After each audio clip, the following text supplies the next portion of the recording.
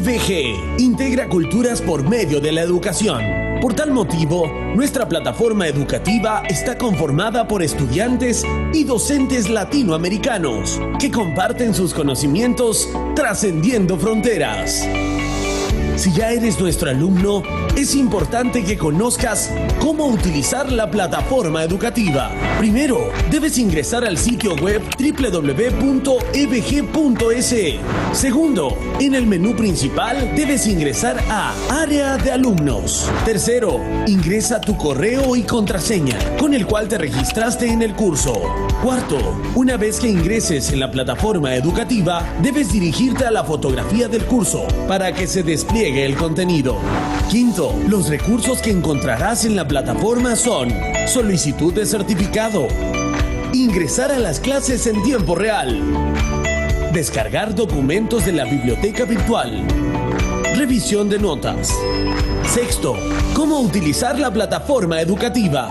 Clic en la lección correspondiente. Si encuentras el botón Ver los cuestionarios de la lección, debes ingresar para resolverlo. Llenar los campos correspondientes a continuación. Seleccionar la opción Completar el cuestionario. Tienes el botón de Contactar con el profesor. Education Business Group. Una nueva forma de pensar.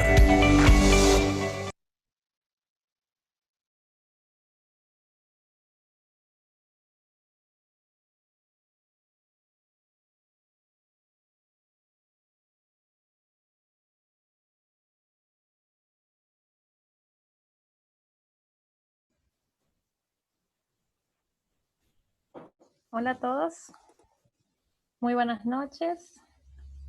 Estoy saludando desde Argentina, más precisamente desde la provincia de Tucumán.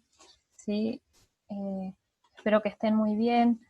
Ya estamos en la penúltima clase, ya casi finalizando este corto curso de educación emocional. ¿Sí? Bueno, les doy la bienvenida y en tanto vemos si se conectan más personas previo a comenzar.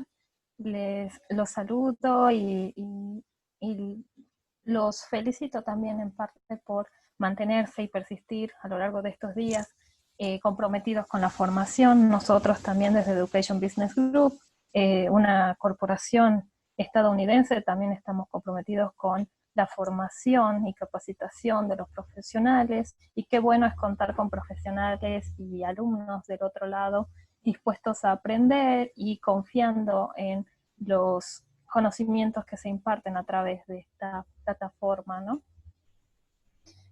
Puedo ver que están saludando desde diferentes lugares de Latinoamérica. Sean más que bienvenidos, espero que estén muy bien, que el clima sea muy bueno allí donde estén saludando. Y bien, haciendo como un pequeño resumen de todo lo que vinimos viendo estos días, sí, habíamos dicho ayer que se finalizaba lo que tenía que ver con conceptos, constructos y teorías previos a hablar de lo que era la educación emocional en sí, bien, que es a lo que nos aboca la clase del día de hoy. Y bien, prácticamente podemos decir que una vez finalizada la clase de hoy, tendríamos visto el qué, el para qué, ¿sí? Y el por qué. Y ya mañana veríamos el cómo, ¿sí? Que a mí me parece muy importante, ya que en muchísimos cursos, capacitaciones, charlas, casi siempre se habla de justamente este por qué, para qué, pero el cómo es muy poco impartido o muy poco compartido muchas veces. Entonces, creo que es el fundamento y lo que enriquece a un curso, ¿no? Que más allá de entender muchas cosas, comprenderlas, está bueno también llevarnos herramientas desde lo práctico. Y bueno, creo que es la mejor manera de finalizar el curso mañana. Hoy vamos a ver el porqué prácticamente de la educación emocional. Ya hemos visto el qué, ¿sí? Y el para qué, pero hoy vamos a ver un poquito el porqué también, ¿sí? Bien, veo que ya somos un poquito más, así que vamos a dar inicio, ya que es bastante y siempre llegamos justito con la hora planificada, ¿no? Para cada clase. Ok, vamos a compartir pantalla.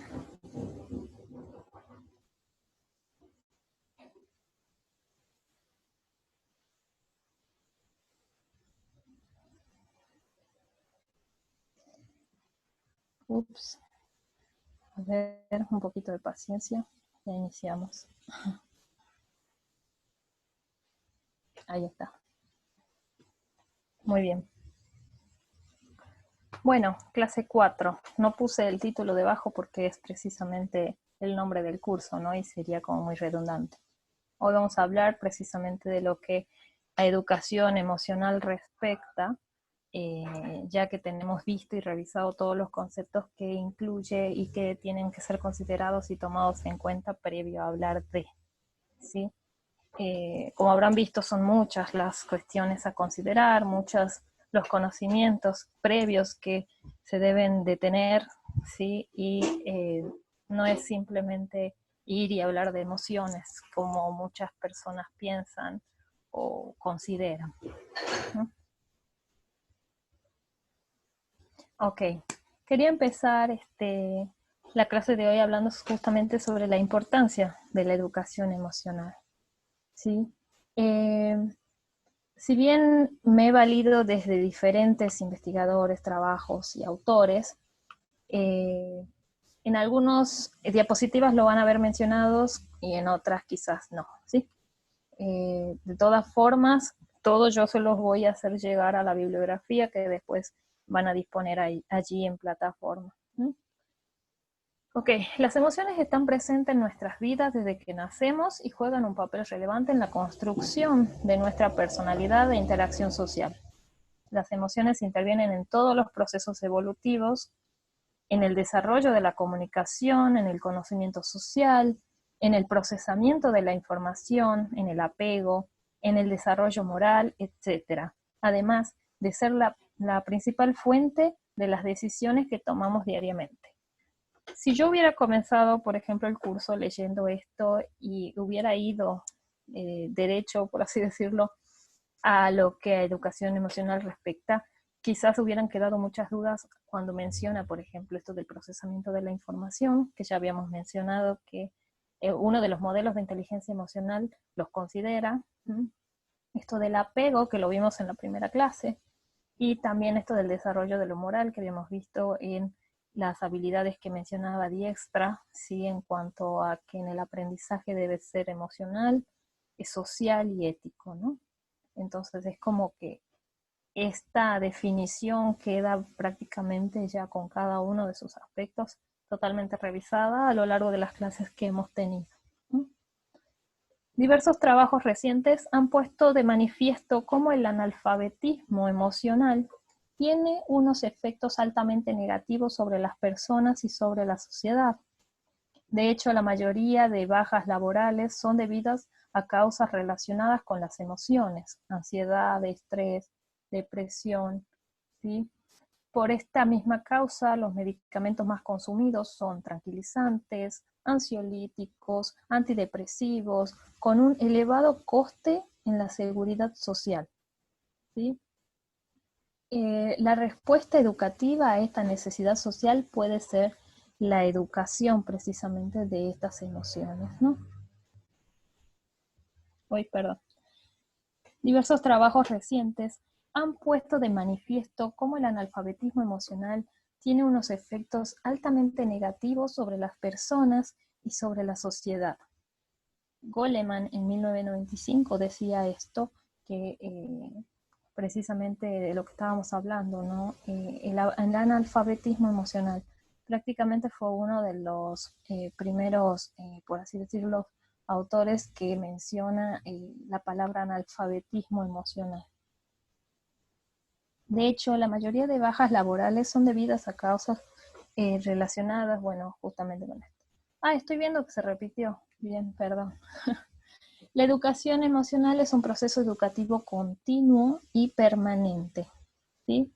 Que pretende potenciar el desarrollo emocional como complemento indispensable en el desarrollo cognitivo, constituyendo ambos los elementos esenciales en el desarrollo de la personalidad integral, ¿sí?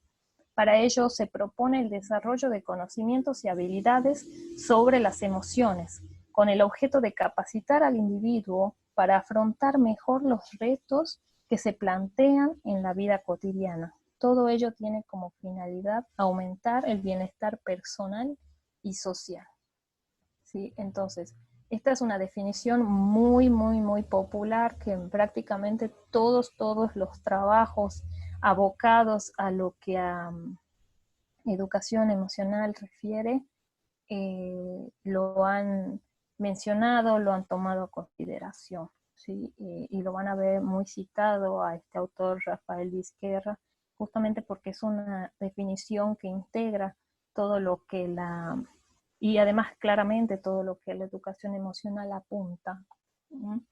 Entonces, cuando se pide muchas veces definir a la educación emocional, casi todos apuntan a este autor y a esta definición particularmente, ¿sí? Este mismo autor advertiría más adelante sobre la necesidad de diferenciar lo que podría llamarse educación afectiva de la educación del afecto, ¿sí? ¿Cuál sería la diferencia? No es lo mismo educar con afecto, ¿sí? O sea, educar afectivamente a un niño que educar en lo que a afectividad refiere, ¿sí? O sea, esa es la diferencia. ¿Por qué? Porque muchas veces a la educación emocional algunos autores se la refieren como educación afectiva, ¿sí? O sea, hay trabajos en los que se refiere educación afectiva a lo que sería la educación emocional. Y digamos, Rafael Vizquerra dice que ese término, esa terminología se presta a confusiones, ya que al decir educación afectiva, uno podría considerarlo como educar con cariño, ¿no? Que recordarán que esa definición del afecto que les decía de que el afecto es algo que se da y que se recibe, ¿no? Así que también es un concepto ya realizado. Entonces, bueno, ahí para el autor, cuando lo encuentren como educación afectiva, sepan que es una concepción desde algunos autores, una manera de referir a la educación emocional, ¿sí? Pero hay que hacer una clara diferencia entre a lo que refiere en realidad. Ok, en cuanto a las consideraciones. La educación emocional es una innovación educativa que se justifica en las necesidades sociales. La finalidad es el desarrollo de competencias emocionales que contribuyan a un mejor bienestar personal y social. Para ello se requiere una serie de condiciones interrelacionadas, ¿sí? Diseñar programas fundamentados en un marco teórico, que voy a mencionar algunos en la clase de mañana, que son programas en los que se señalan pasos estratégicos justamente para el desarrollo de lo que es la educación emocional y el entendimiento de la misma, ¿sí? Sin embargo, para poder hacer válido a un programa tiene que tener como fundamento un marco teórico, ¿sí? Ya vamos a mencionar más o menos los marcos teóricos en los que se fundamenta la educación emocional también. También se requiere una formación profesional. No cualquier profesional puede ir e impartir educación emocional si no está debidamente formado y si no entiende todo lo que hay detrás, ¿no? De hablar simplemente de las emociones, no decir y decir que hay que reconocer y todo eso sin tener en cuenta muchísimas cosas previas, ¿no?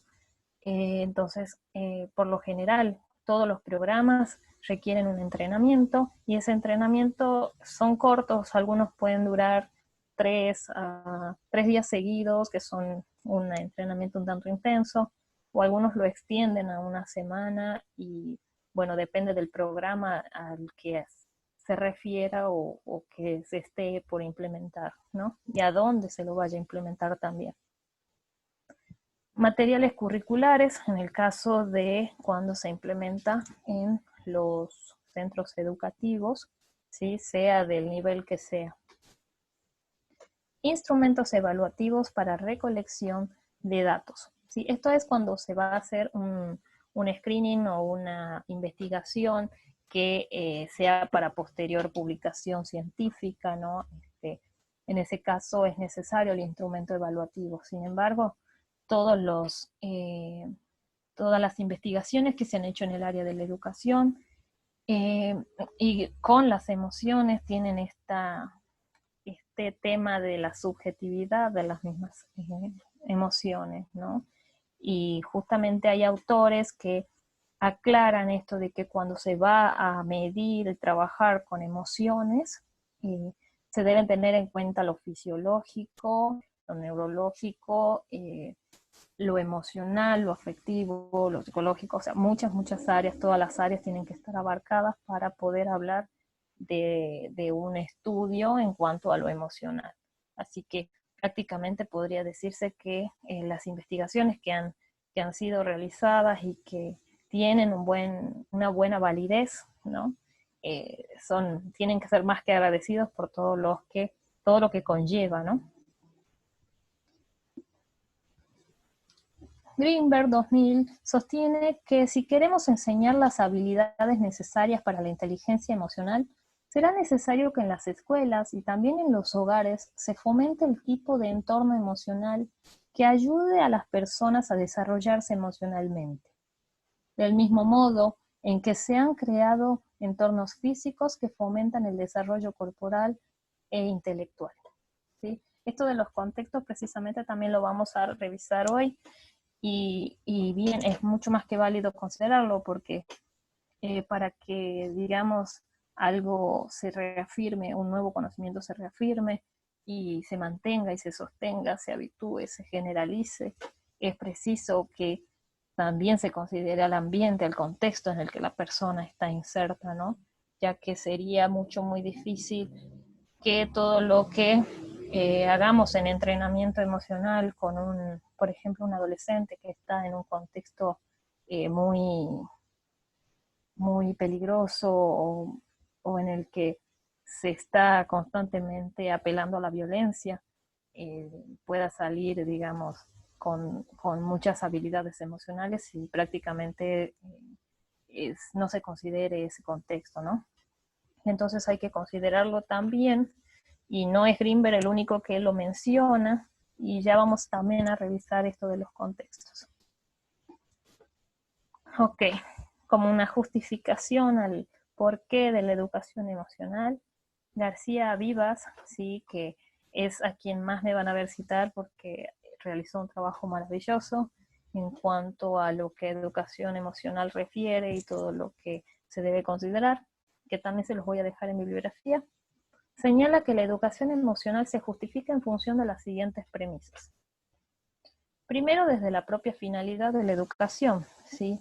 El informe a la UNESCO de la Comisión Internacional sobre Educación para el siglo XXI, también llamado Informe de Lourdes, propone a los países fundamentar sus esfuerzos educativos en 4 pilares básicos: aprender a conocer, aprender a hacer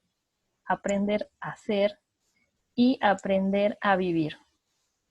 Igualmente recomienda que cada uno de estos pilares debería de recibir una atención equivalente a fin de que la educación sea para el ser humano en su calidad de persona y de miembro de la sociedad una experiencia global. Aprender a hacer y aprender a vivir, o sea, los últimos 2 pilares, son aspectos implicados en la educación emocional, ¿sí?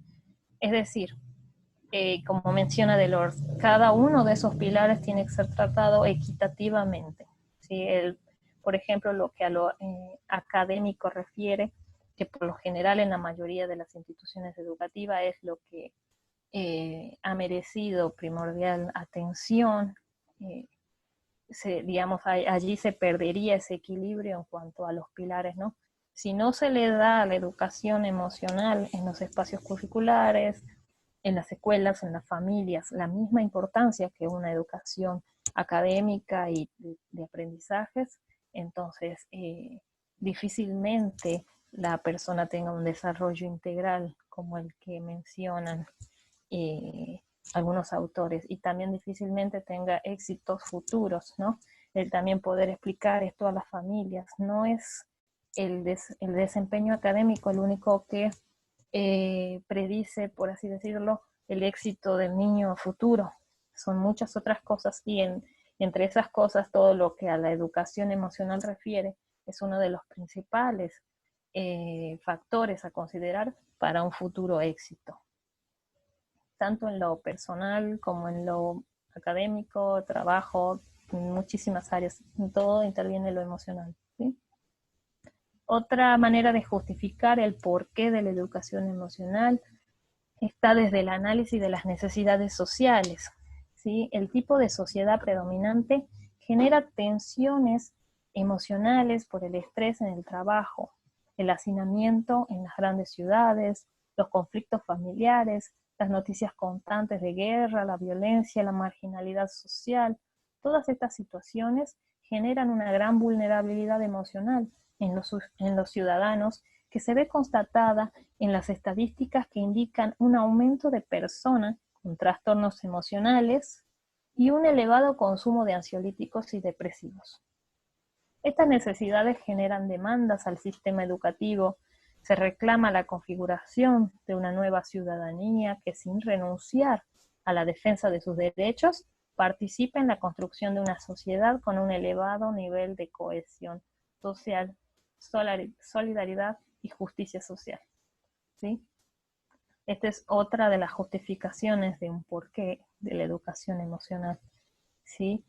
Como habíamos visto ayer, las habilidades sociales y todo lo que a inteligencia interpersonal refiere, que también está relacionado con ello, sería como parte de la justificación que acabamos de mencionar. Desde el desarrollo de las investigaciones en el campo de la neurología y la psicología, también como a modo de justificación, en los últimos años se ha tenido un avance significativo acerca de las inteligencias múltiples, la inteligencia emocional y del funcionamiento del cerebro emocional. Especialmente las consideraciones acerca de modificabilidad de la inteligencia emocional impone la consideración de estos avances en los procesos educativos, es decir, todos los avances que a nivel investigativo hay en el campo de las investigaciones, de la neurología y todo lo que pudiera aportar, son también un justificativo más que válido para el porqué de la educación emocional. Si bien yo allí, mejor dicho, Vivas García toma esto y menciona ahí lo del cerebro emocional, me gustaría mencionarles que algunos autores descartan esto del cerebro emocional, ¿no? Que para ellos es un solo cerebro que trabaja y que contiene tanto lo cognitivo como lo emocional totalmente integrado, trabajando semi-independientemente, ¿bien? Y otros hablan de este cerebro emocional no para hacer una separación entre lo cognitivo y lo emocional, sino más bien para explicar la parte que trabaja con las emociones, como hemos visto en la primera clase, esto del sistema límbico, ¿no? Que era previo al neocórtex, donde estaba todo lo de la racionalización, y en el límbico todo lo que tenía que ver a lo emocional y la supervivencia y adaptación. Bien, otra justificación está desde el reconocimiento de los factores afectivos y emocionales en el proceso de aprendizaje. Las investigaciones han demostrado el papel que juegan las actitudes positivas, de aceptación y autoeficacia, que favorecen el control emocional y la realización de las tareas académicas con mayores expectativas de logro, ¿sí? Los estudios en esta área también justifican. Desde el avance de las tecnologías, de la información y la comunicación, se corre el peligro de que las relaciones interpersonales se vean limitadas por las nuevas tecnologías, ¿sí? Donde prevalecen los trabajos en línea, los estudios a distancia que pueden provocar un aislamiento del individuo que afecte su vida emocional. Esta situación exige una educación que le brinde al individuo las herramientas cognitivas, procedimentales y actitudinales que le permitan afrontar con éxito esas nuevas demandas. A propósito de esto, en Argentina hace poco se ha publicado una noticia que se ha expandido muy rápidamente, he visto que se ha compartido en diferentes medios respecto a que hay una nueva generación de niños con coeficientes intelectuales mucho menores que el de los abuelos o el de los padres, o sea, de sus antepasados, ¿no? Y justifican esto en función de las nuevas tecnologías. Bien, sin embargo, allí se debe considerar muchas cosas, no solo la tecnología, ¿no? Si prestamos atención a cómo lo tecnológico en cierta forma también aleja el vínculo padre-hijo, ¿sí? O entre hermanos mismos, ya que en el medio familiar, por ejemplo, se observa esto de cada hermano en su habitación, con su teléfono, con su computadora, quizás enviándose mensajes en WhatsApp, en un grupo familiar o Telegram, pero en el cara a cara, la falta de esa mirada, la falta de el contacto, el abrazo y otras cuestiones que tienen que ver con lo afectivo, lo emocional, cómo se van perdiendo de a poco. Y como hemos visto, juegan un papel muy importante a la hora de hablar de educación emocional. Incluso en las nuevas modalidades por el tema del aislamiento social en razón del COVID, también se puede, digamos, se abre mucho más la brecha, ya que los chicos antes quizás en la escuela compartían con sus compañeritos, salían al recreo, jugaban. Hoy en día es como que todo eso queda en cierta manera, por así decirlo, limitado, ¿sí? Entonces, eh, allí la gran pregunta a los papás, ¿cómo están manejando lo afectivo ahora en casa? ¿Sí? Ahora, ¿cómo manejan el contacto, lo interpersonal con los niños?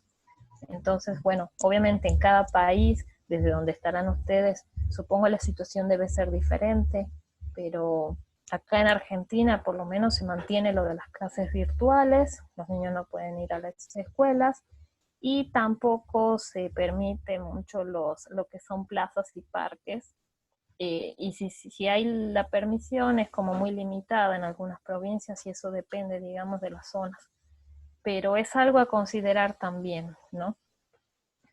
Desde los resultados de los procesos educativos, también se puede justificar lo que es la educación emocional, ya que los elevados índices del fracaso escolar, las dificultades de aprendizaje, el nerviosismo ante los exámenes, el abandono de los estudios, la indisciplina escolar, son situaciones que pueden provocar estados negativos como la apatía, la agresión, la depresión, que deben ser atendidos desde los sistemas educativos.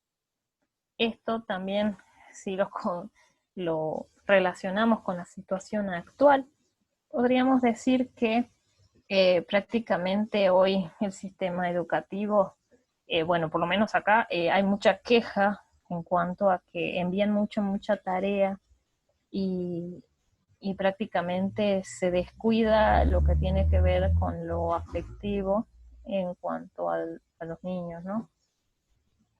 Eh, Creo que hay que hacer un esfuerzo hoy mucho mayor en cuanto a ver el tema de lo afectivo. Sin embargo, mañana, en la clase de mañana, vamos a ver algunas herramientas que pueden servir a esta situación actual, lo que a clases virtuales refiere, el contacto virtual con el otro, es decir, cómo considerar lo afectivo frente al aislamiento, ¿no? Que es un tanto paradójico. Bien.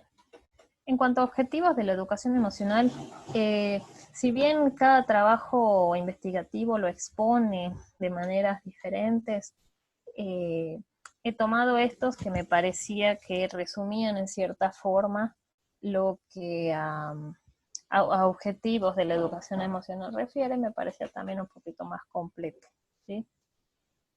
Adquirir un mejor conocimiento de las propias emociones como aspecto importante del autoconcepto, así que también lo hemos revisado ayer.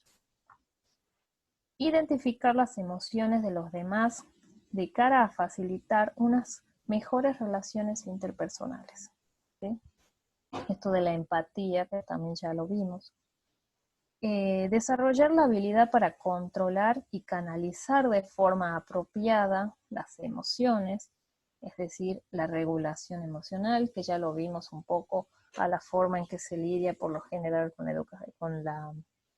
las emociones, las maneras desadaptativas que mencionaba Susan David y las que mencionaba René Dextra, perdón, si así era, sobre lo que hay que aprender para poder tener una mejor regulación, ¿sí? Prevenir los efectos perjudiciales de las emociones negativas intensas, ira, miedo, estrés, depresión, etc. Sin embargo, hay que tener en cuenta que hay posturas que mencionan que no hay emociones negativas, solo son negativas cuando están desreguladas, ¿sí? Es decir, esta de la etiqueta de lo positivo y lo negativo, algunos autores reniegan de eso y prefieren decir que todas las emociones tienen una función, una información que dar, y cuando está desregulado hay una manera poco afrontativa de responder a esa emoción. Allí puede decirse que está lo negativo, no así en la emoción en sí. Bien. Desarrollar la habilidad para experimentar emociones positivas, ¿sí? Alegría, humor, felicidad, y generarlas de forma consciente y voluntaria. Aquí también tenemos que tener en cuenta que prácticamente cualquier emoción puede ser considerada positiva si tomamos su valor adaptativo y su valor informativo también a la hora de considerar el por qué, ¿no? Por qué apareció esa emoción, ¿sí? Lo que la generó, el estímulo, ¿sí? Entonces, cada quien puede tomar su postura, es decir, considerar esto de las emociones positivas o negativas, y cuando se hable de positivo no caer en esto que decía Susan David, que ya también lo vimos, respecto a la tiranía de la positividad, ¿sí? El transmitir la creencia de que la persona tiene que estar feliz, alegre, con buen humor todo el tiempo, y que eso es lo que está bien, que eso es lo adaptativo, ¿sí? En realidad lo adaptativo es aceptar cada emoción, digamos, aceptar lo que la emoción despierta y moviliza en nosotros, ¿no? Y también poder tomar la posición o la postura de un yo compasivo frente a eso, que también ya lo vimos, frente a las emociones que pueden ser consideradas negativas, y afrontarlas de la mejor manera, ¿no? Para evitar las consecuencias que pudieran llegar a tener, ¿sí? En realidad se suelen considerar como positivas o negativas en función de las consecuencias que conllevan las emociones, pero no es la emoción en sí lo positivo o lo negativo, ¿no? Bien. Ay, perdón, ahí está. Desarrollar la inteligencia emocional y las competencias emocionales consecuentes, ¿sí? Y desarrollar la habilidad de automotivarse, que como recordarán hay modelos que no lo consideran. Adaptar una actitud también positiva ante la vida, ¿sí? Por lo general son los objetivos a los que tiende la educación emocional. Si yo hubiera venido a mostrar estos objetivos y no hubiera hablado previamente de todo lo demás, quizás podríamos caer en la mala interpretación de todos estos objetivos, porque prácticamente así son postulados en los diferentes trabajos, pero son trabajos postulados justamente por profesionales que ya conocen de antemano todo lo demás, que tienen una formación previa. Entonces ahí la importancia de la formación, ¿no? Esto de adoptar una actitud positiva ante la vida también es cuestión de considerarse, ¿sí? Bien, la educación emocional como un medio preventivo. La educación emocional es una forma de prevención primaria inespecífica, ¿sí? Esta sí recuerdo que era una de las preguntas del examen, les doy ahí como una pequeña ayudita, ¿sí? Entendemos como tal a la adquisición de competencias que se pueden aplicar a una multiplicidad de situaciones, tales como la prevención de consumos, la prevención del estrés, ¿sí? De la ansiedad, entre otros. ¿Sí? Se dice que es inespecífica porque al aplicarla nosotros no sabemos bien qué es lo que estamos previniendo en función de la historia, del contexto y de todo lo que hay detrás de esa persona, ¿no? De la historia de esa persona, de su código genético, etcétera, etcétera, etcétera. Entonces, en ese sentido, cuando la educación emocional se vuelve inespecífica, ¿sí? Pero es un medio de prevención. También muchos autores hacen el hincapié de que no hay que hacerse educación emocional en los contextos peligrosos, en los contextos donde los chicos demuestran deficiencias en lo emocional. Es decir, sí hay que hacerlo, pero no es los únicos lugares donde se deben aplicar. En realidad se deberían aplicar a modo preventivo también en aquellos donde quizás no es muy visible, pero también tienen sus fallas o sus faltas en lo que a lo emocional refiere. Una prevención primaria inespecífica pretende minimizar la vulnerabilidad de la persona a determinadas disfunciones, ¿sí? O prevenir su ocurrencia. Para ello se propone el desarrollo de competencias emocionales. Bien que también ya las mencionamos ayer, que a las competencias emocionales la abocamos en profundidad ayer. Bien, se ha observado que las tendencias emocionales son probablemente las más difíciles de adquirir, ¿sí? Ahí era competencias, yo cometí el error de escribir mal. Las competencias emocionales son las más difíciles de adquirir, ¿sí? Muchos autores mencionan que así como un alumno quizás en un trimestre aprende sobre historia, sobre, no sé, sobre ecuaciones o sobre cómo clasificar las oraciones, etcétera, no así puede aprender a adquirir una competencia emocional en un trimestre, por ejemplo. Difícilmente, o no es posible, lo dicen algunos, que la persona, por ejemplo, aprenda a regular bien sus emociones en 3 meses. ¿Sí?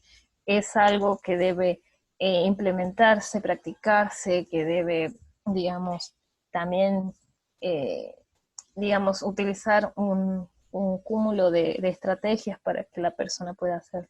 Claro que esto dependerá de persona a persona, ¿no? Hay personas que si ya vienen con una base de educación emocional desde su casa o que tienen un temperamento, recuerdan que esto tenía bases biológicas, ¿sí? Un temperamento que puede ser más, más a favor, digamos, de que adquiera todas estas capacidades, entonces el tiempo será mucho menor, pero esto depende de persona a persona, ¿no? Cuando todavía no hay disfunción, la prevención primaria tiende a confluir con la educación para maximizar las tendencias constructivas y minimizar las destructivas, ¿sí? Es decir, por eso tantos autores, tantos investigadores están haciendo hincapié y vuelven al mismo de que la educación emocional tiene que ser incluida en las escuelas, justamente, y no en las escuelas que estén en zona de peligro solamente o en zonas vulnerables, sino en todas las escuelas, ¿sí? Para maximizar esas tendencias constructivas en los alumnos y minimizar las destructivas. Bien, recordarán que dije que todos los programas que se realicen sobre educación emocional, ya sea para implementación en lo educativo, en lo comunitario, en lo familiar, etcétera, tiene que tener un marco teórico, ¿sí?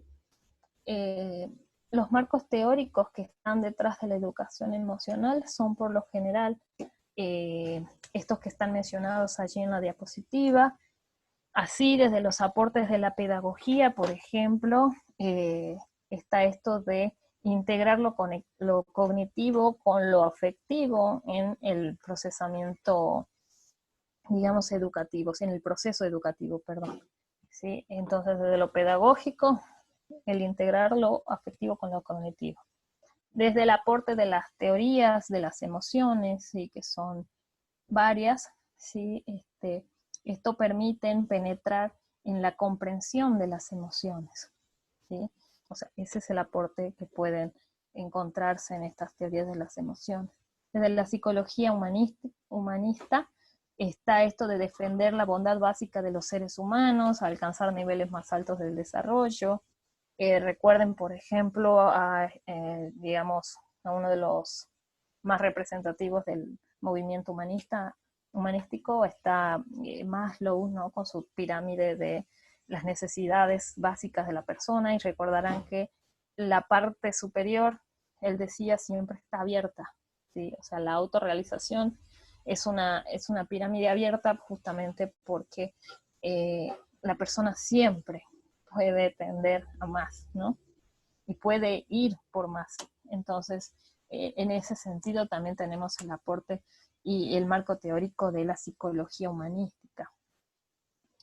Y también ellos mencionan que la educación debe satisfacer las necesidades psicológicas básicas previamente para que la persona pueda, digamos, alcanzar la autorrealización, ¿no? También tiene que considerar las necesidades de pertenencia, las necesidades de amor, las necesidades de dignidad, ¿sí? Y bueno, y estima también.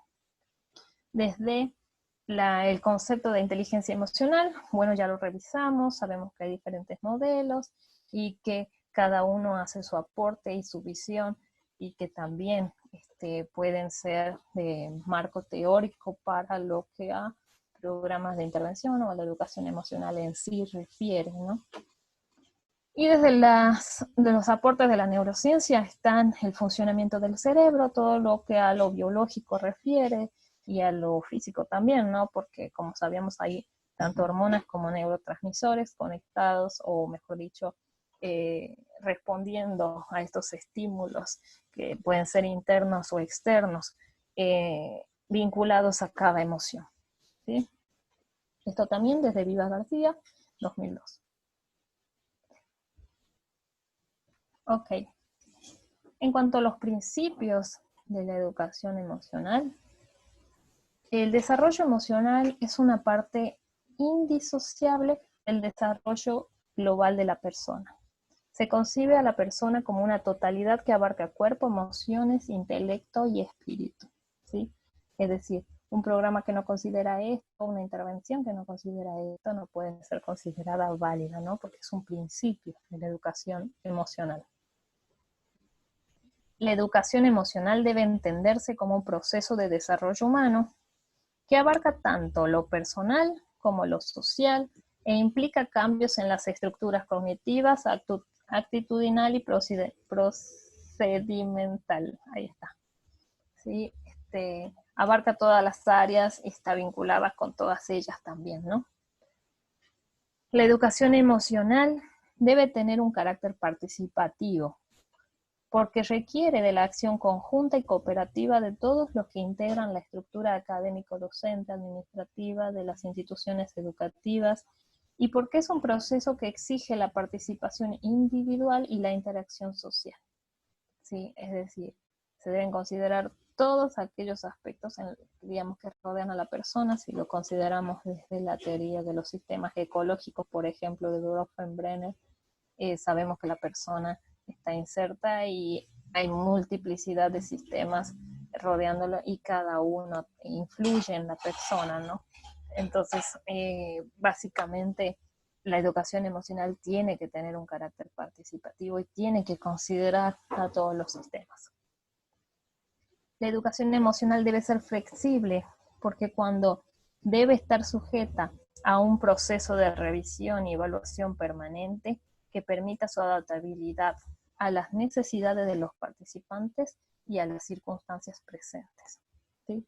Es decir, debe ser flexible todas aquellas competencias que la persona adquiere. No, digamos, que no sea solo útil para lo educativo en el caso de que se aplique allí el programa y que la persona entrene allí determinada competencia o aprenda sobre determinada competencia. No puede quedarse allí, sino que tiene que ser flexible y poder flexibilizarse a los diferentes sistemas también. Ok. En cuanto a la consideración de los contextos, sí, que habíamos dicho que íbamos a hablar también de los contextos de la educación emocional, sí. Extremera y Fernández Berrocal recomiendan implementar programas integrales y permanentes en el currículo con la aplicación a todos los niveles escolares e incluyendo a la familia y el entorno social. Concebir la educación emocional de esta forma favorece establecer los cimientos que permitan el desarrollo de las habilidades emocionales básicas hacia competencias emocionales y estrategias de mayor complejidad. ¿Sí? Entonces, va a favorecer a que esto se vaya complejizando mucho más y enriqueciendo mucho más, ¿no? Como indica el SINA, una educación para la vida debe responder a las necesidades básicas, a las necesidades sociales, perdón. Bronfenbrenner, justamente lo estaba mencionando, enfatiza la importancia del contexto social en numerosos ámbitos del desarrollo humano y en particular en las relaciones. ¿Sí? En cuanto al contexto familiar, ¿sí? En función de un desarrollo emocional apropiado para sus hijos, Gottman y de Clercq en Antunes, ¿sí? Mencionan en el año 2000 que los progenitores, digamos, le sugieren estos pasos a los progenitores en lo que a educación emocional refiere. Ayuden a los niños a identificar y etiquetar las diferentes emociones y conectarlas con situaciones sociales más próximas. Allí van a observar que muchos mencionan el beneficio de los hermanos, que nos enseñan a compartir, que nos enseñan, son, digamos, también la oportunidad de que el niño aprenda no solo a compartir, sino también a la resolución de conflictos, ¿no? Entonces, obviamente, no son necesarios únicamente los hermanos para ello, pero es una situación de la que los padres se pueden valer. Tener una buena comunicación con los niños también para poder hacer intervenciones, los papás en esto, es de gran utilidad. Reconozcan la emoción como una oportunidad para el descubrimiento y la transmisión de experiencias. Sí, esto que les decía de la buena comunicación para esto, ¿no? Legitimen los sentimientos del niño con empatía. Si, por ejemplo, un papá que dice no llores, ya no llores, pero nunca valida la emoción. Entiendo que estás triste o entiendo que estás enojado y por eso lloras, pero tal cosa. Pero cuando uno le dice al niño no llores y no menciona el por qué no puede llorar, o sea, es como simplemente anula la emoción que está sintiendo y listo. Entonces es como que se pierde la legitimación de esa emoción, se pierde el reconocimiento de esa emoción y también se pierde la oportunidad de enseñarle al niño tanto mecanismos regulativos como también la identificación y mejores formas de afrontamiento, ¿no? Que es esto de darle alternativas a los niños frente a los caprichos o a los berrinches por algún capricho. Entonces considerar esto también está muy bueno. Ayuden a los hijos a nombrar y verbalizar sus estados emocionales, ¿sí? Por ejemplo, ante la pregunta ¿cómo estás?, nosotros solemos responder bien, pero ¿qué significa estar bien? ¿Sí? O cuando decimos, o nos llega un adolescente a consultorio y nos dice, por ejemplo, yo me siento muy infeliz. ¿Sí? Me siento muy infeliz. Bueno, ¿qué es ser infeliz? ¿Cómo te sientes? ¿Qué emoción experimentas que te hace sentir infeliz, ¿no? O sea, ¿qué es lo que él en palabras pone como ser infeliz, ¿no? Considerar eso y poder ayudar a verbalizar a los niños les ayuda a un mejor reconocimiento y por lo tanto una mejor intervención de las personas en función de esa emoción que se está mencionando. ¿Sí? Por ejemplo, el chico que a veces dice, esto lo mencionaba, no me puedo acordar ahora el nombre del psicólogo que lo mencionó, pero decía esto de que justamente habían chicos que observaban que su mamá, por ejemplo, estaba muy enojada por algo que ellos habían hecho, o mejor dicho, la mamá estaba preocupada por muchas cosas, por algo malo que ellos habían hecho, ¿no? Y ellos le decían, ¿por qué siempre estás enojada? Y en realidad no era enojo, era preocupación. ¿Sí? Entonces, que la madre pueda hacer una clarificación de la emoción que siente. para que los niños tengan un mejor reconocimiento de esa emoción en el otro, ¿no? También favorece la empatía y no solo el reconocimiento de esa emoción en ellos mismos después.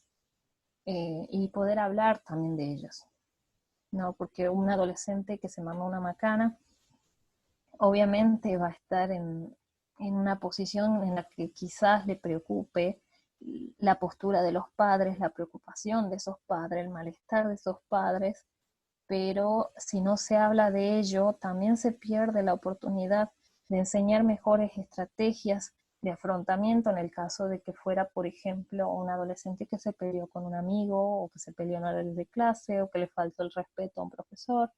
Entonces, que los papás no pierdan las oportunidades de intervenir frente a esas oportunidades en las que lo emocional tiene que ser hablado. Muestren los límites y propongan vías para que el niño, por sus propios medios, resuelva sus problemas emocionales. Esto de que les decía de dar alternativa frente a lo que el niño experimenta, ¿no? Y validar, obviamente, previo.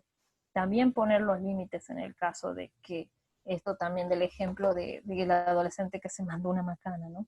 Entonces, poder decir, hacer saber que lo que hizo está mal, que no es adaptativo, y poder intervenir, dar mejores estrategias, hablar con ese niño, niña, adolescente sobre eso, es lo que importa.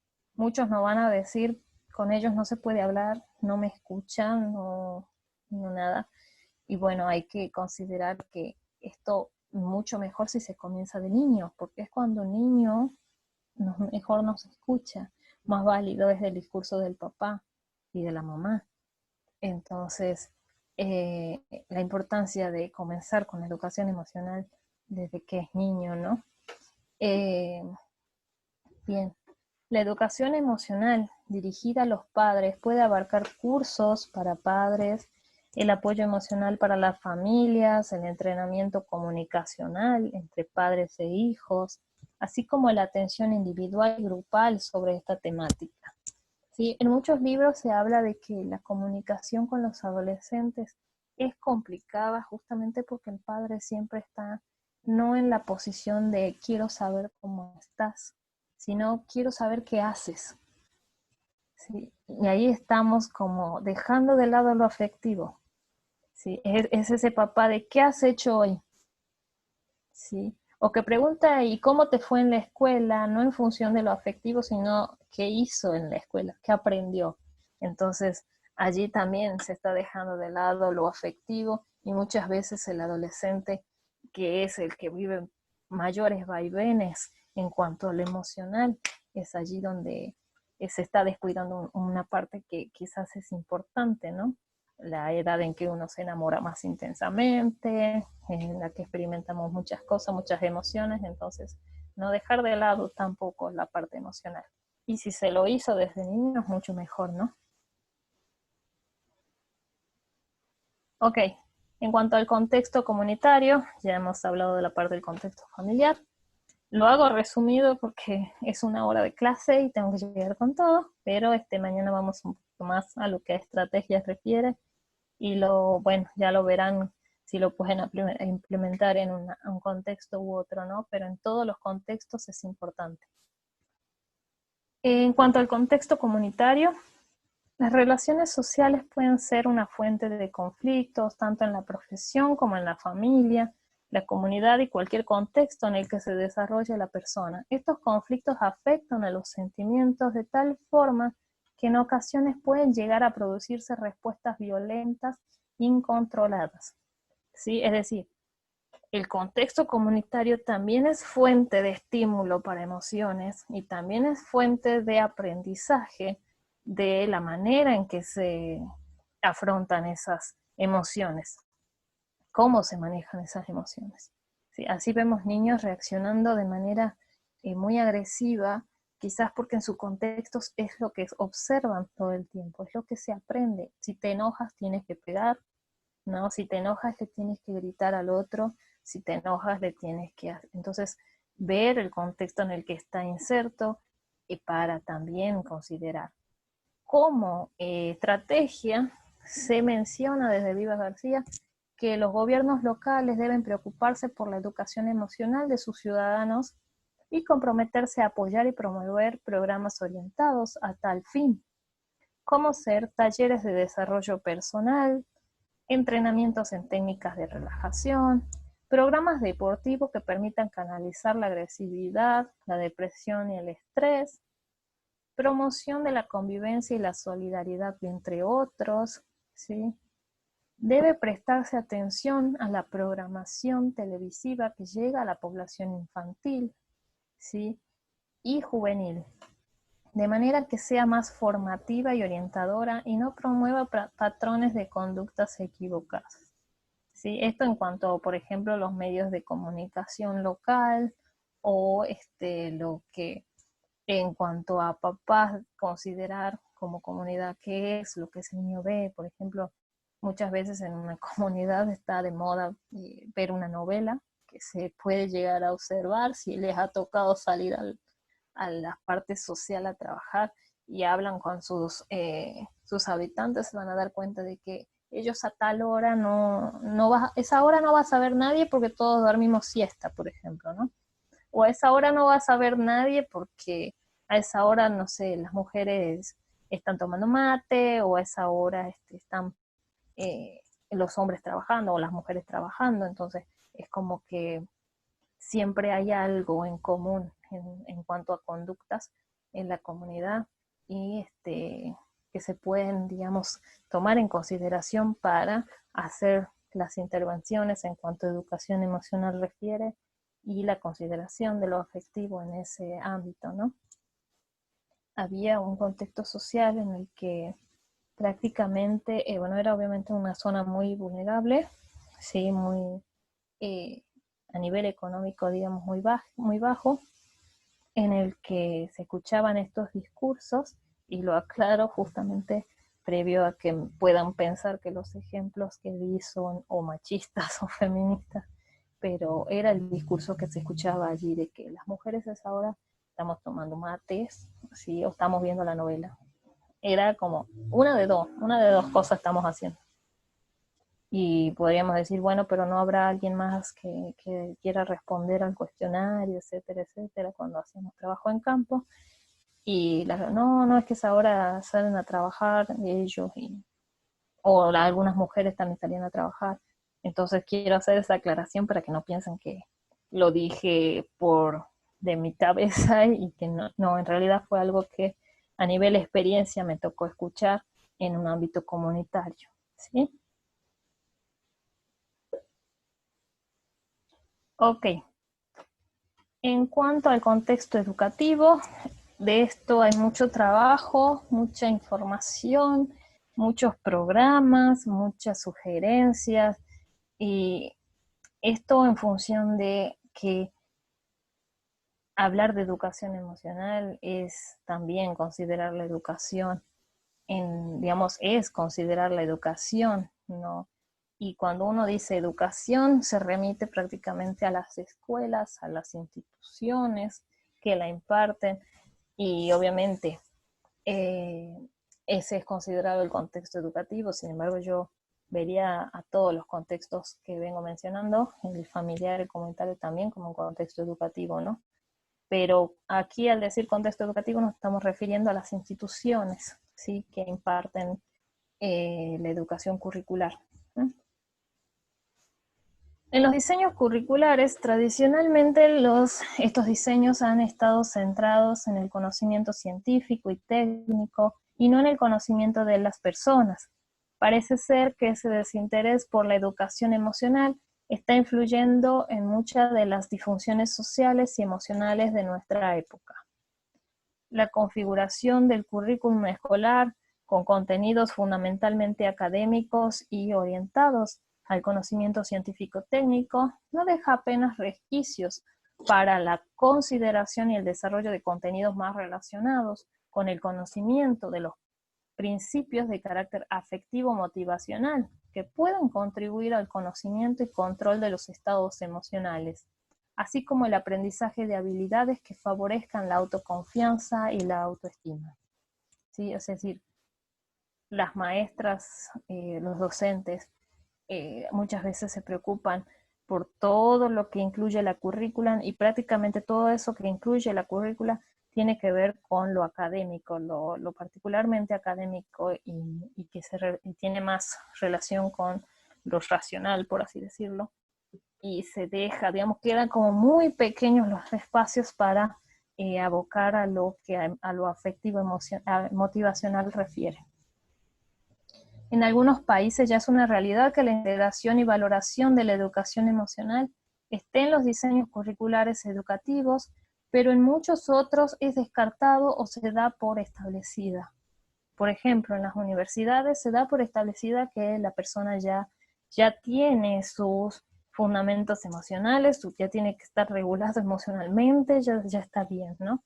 Entonces es como que se deja de lado y se olvida esa parte de lo emocional, ¿bien? Y sin embargo, como vimos, es algo que tiene que ser continuo, ¿no? Que a lo largo de toda la vida tiene que seguirse implementando, porque el cerebro aprende y desaprende constantemente. Y por suerte, lo que tiene que ver con circuitos emocionales es totalmente flexible y posible de adquirir de manera entrenable, ¿no? Ante ello, podría proponerse la implementación de programas de educación en los contextos educativos o cursos cortos extracurriculares, ¿sí?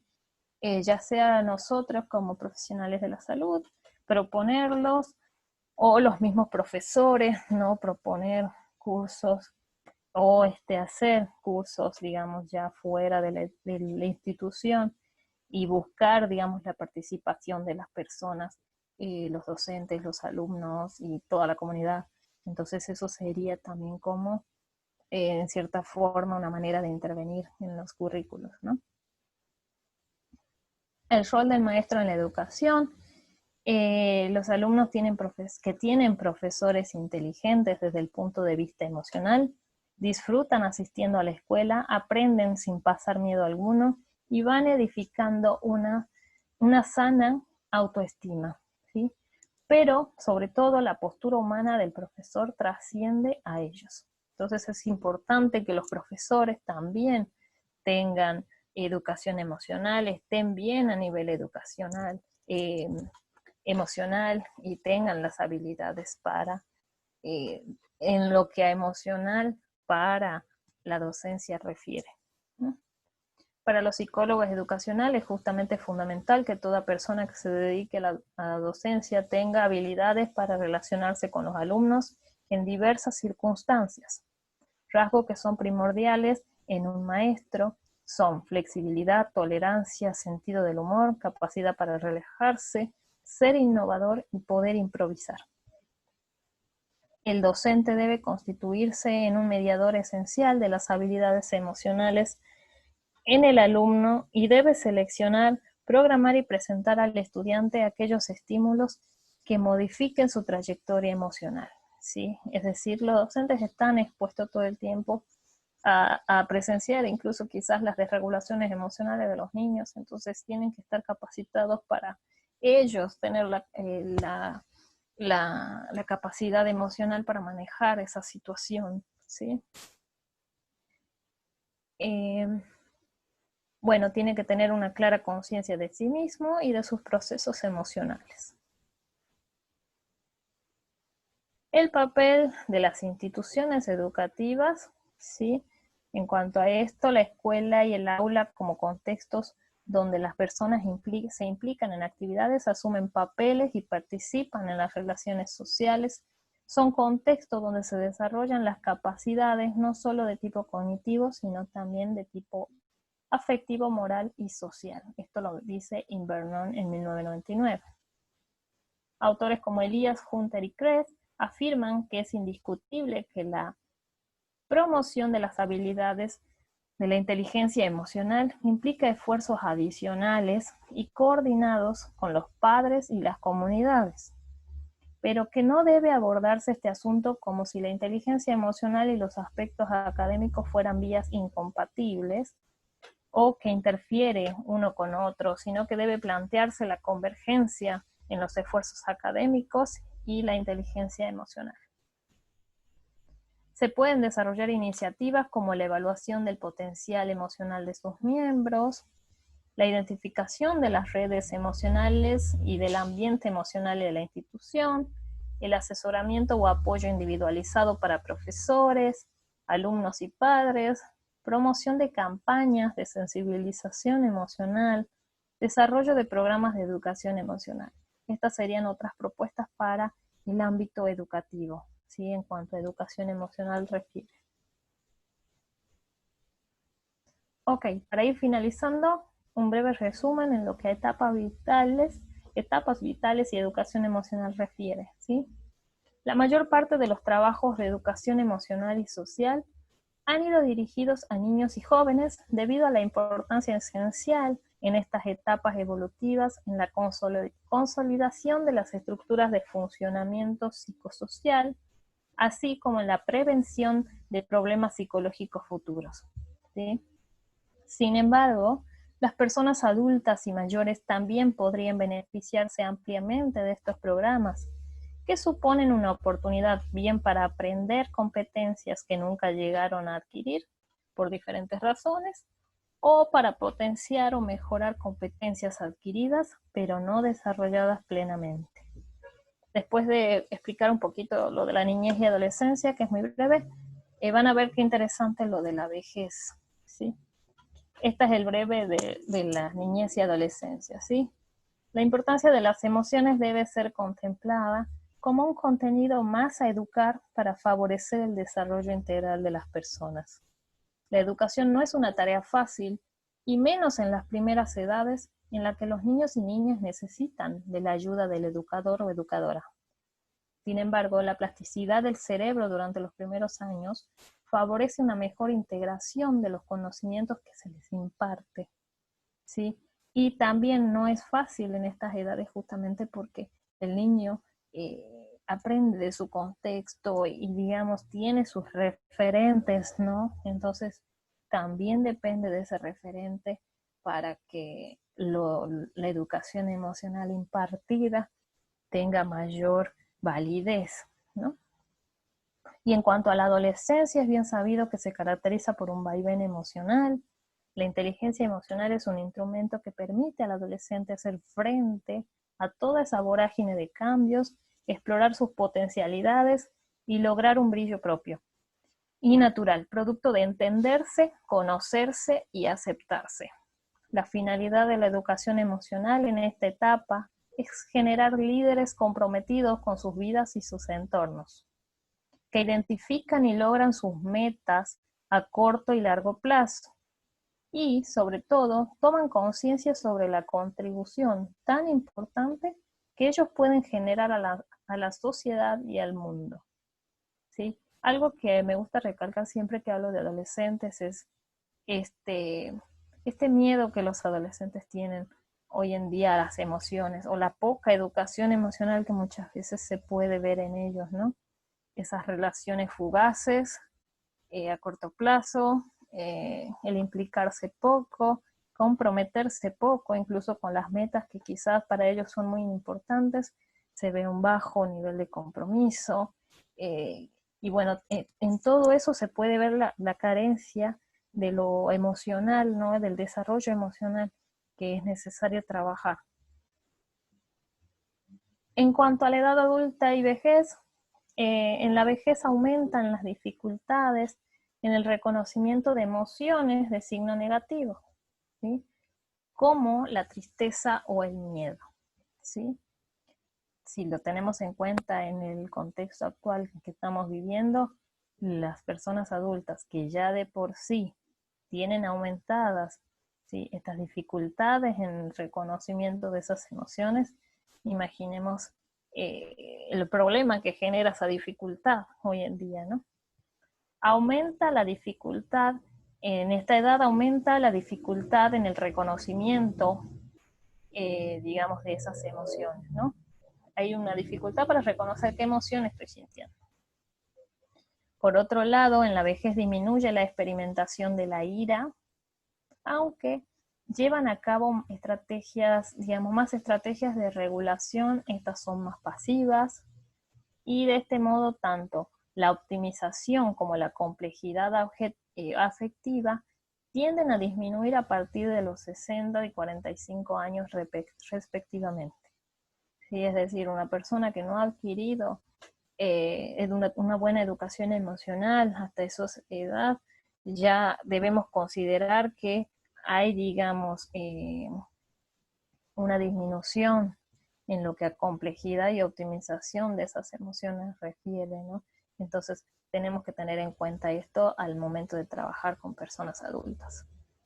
En las personas adultas será necesario trabajar especialmente la promoción de estrategias adecuadas de regulación emocional, ¿sí? El análisis de las que ya tienen su repertorio, hacer un trabajo con las que faltan o con las que son desadaptativas y mostrar el valor de las mismas.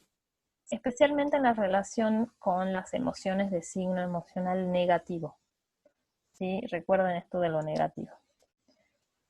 Habrá que hacer énfasis en el componente de atención emocional para mejorar el reconocimiento emocional, ¿sí?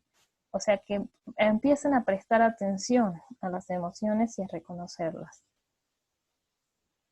También en la facilitación emocional para trabajar la conexión de pensamientos y emociones. Y finalmente en la regulación emocional promoviendo el desarrollo de mecanismos más elaborados, ¿sí? Que sean más beneficiosos para ellos. Muy bien, nos hemos pasado unos minutitos, pero llegué con todo. Perdón si voy acelerada, de todas formas la clase grabada la van a poder disponer en plataforma. Ya les voy a estar haciendo llegar la bibliografía. Y bueno, los saludo cordialmente a todos desde Argentina. Les pido paciencia con las consultas que me hacen llegar al correo. Las voy a ir contestando en la medida de lo posible, pero no van a quedar sin contestar, eso sí se los puedo asegurar.